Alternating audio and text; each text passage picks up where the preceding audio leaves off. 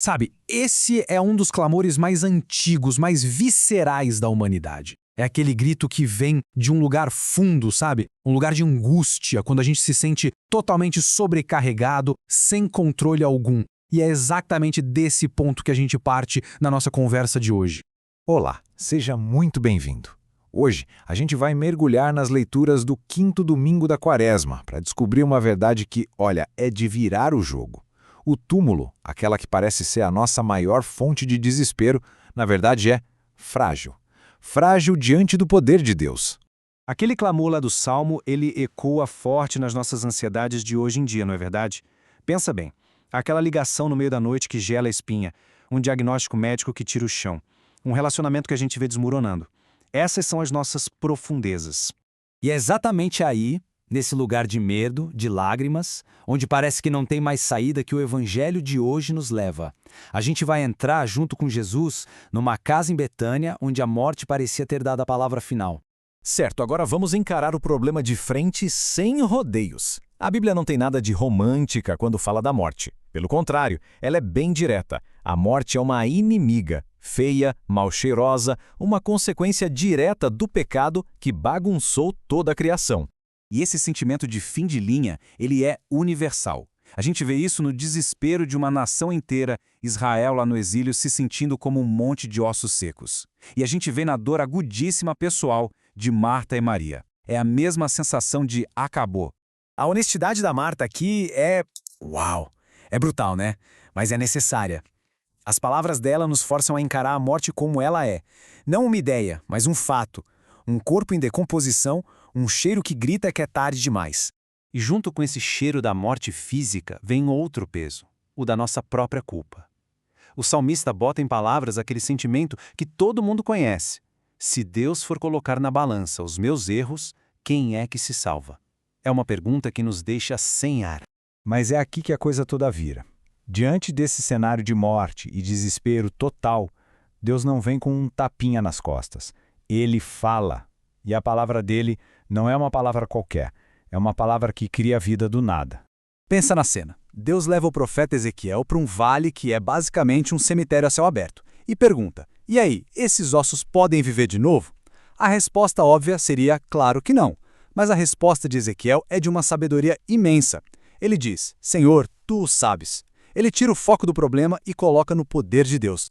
Então a gente vê essa palavra em ação, passo a passo, o profeta fala o que Deus mandou e o que era caos e morte começa a se organizar. Tem barulho, os ossos se encaixam, tendões e carne aparecem, até que o sopro de vida, o espírito, entra neles. E um cemitério vira um exército. É impressionante. Agora, corta para Betânia. A gente vê a mesma dinâmica. A voz de Jesus no túmulo de Lázaro não é um pedido. Lázaro, venha para fora. É uma ordem. É a voz do Criador, a mesma que disse, haja luz. E a morte não tem outra escolha a não ser obedecer.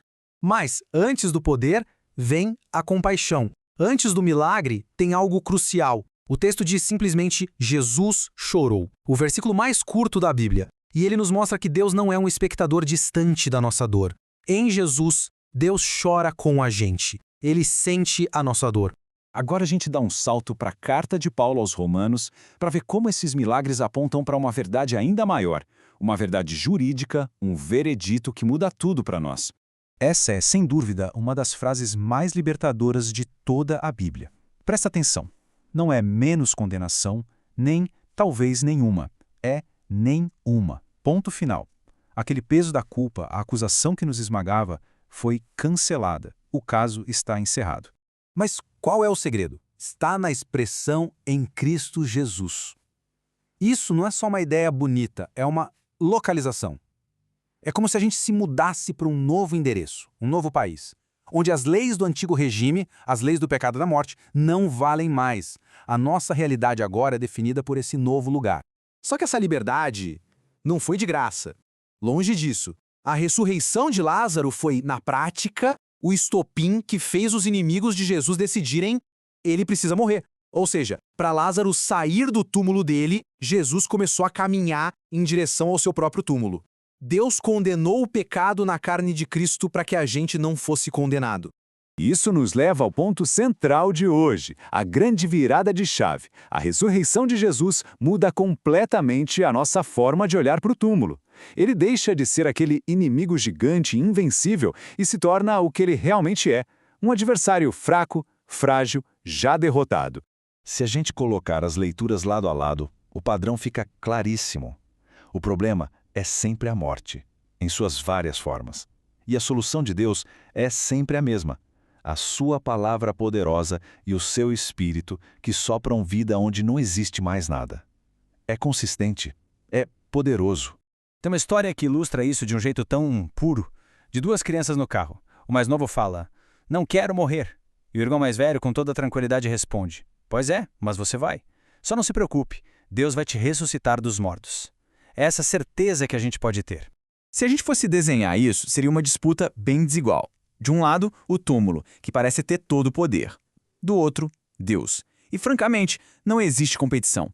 O poder de Deus sobre a vida e a morte é absoluto. E voltamos para aquele número, o número mais importante. 0. 0 condenações. A dívida está paga. O caso está encerrado. Para quem está em Cristo, o veredito já foi dado, e é de total absolvição.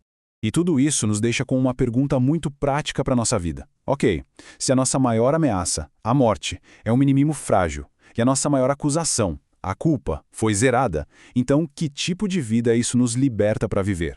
Hoje, agora. Como essa esperança deveria transformar o nosso dia a dia?